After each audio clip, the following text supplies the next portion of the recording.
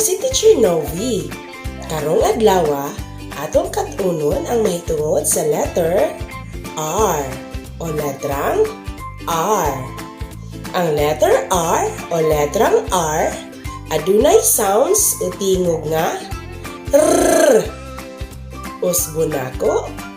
R. Magdungan ta sa pagsulti sa tingog sa letrang R. R.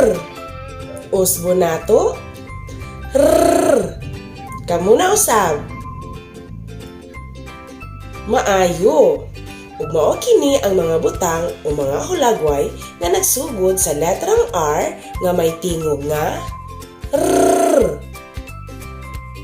R. Rosas. R. Relo. R. Regalo. R. Rambutan. R. Repolyo. Ug daghan pang mga butang nga nagsugod sa letrang R nga may tingog nga R.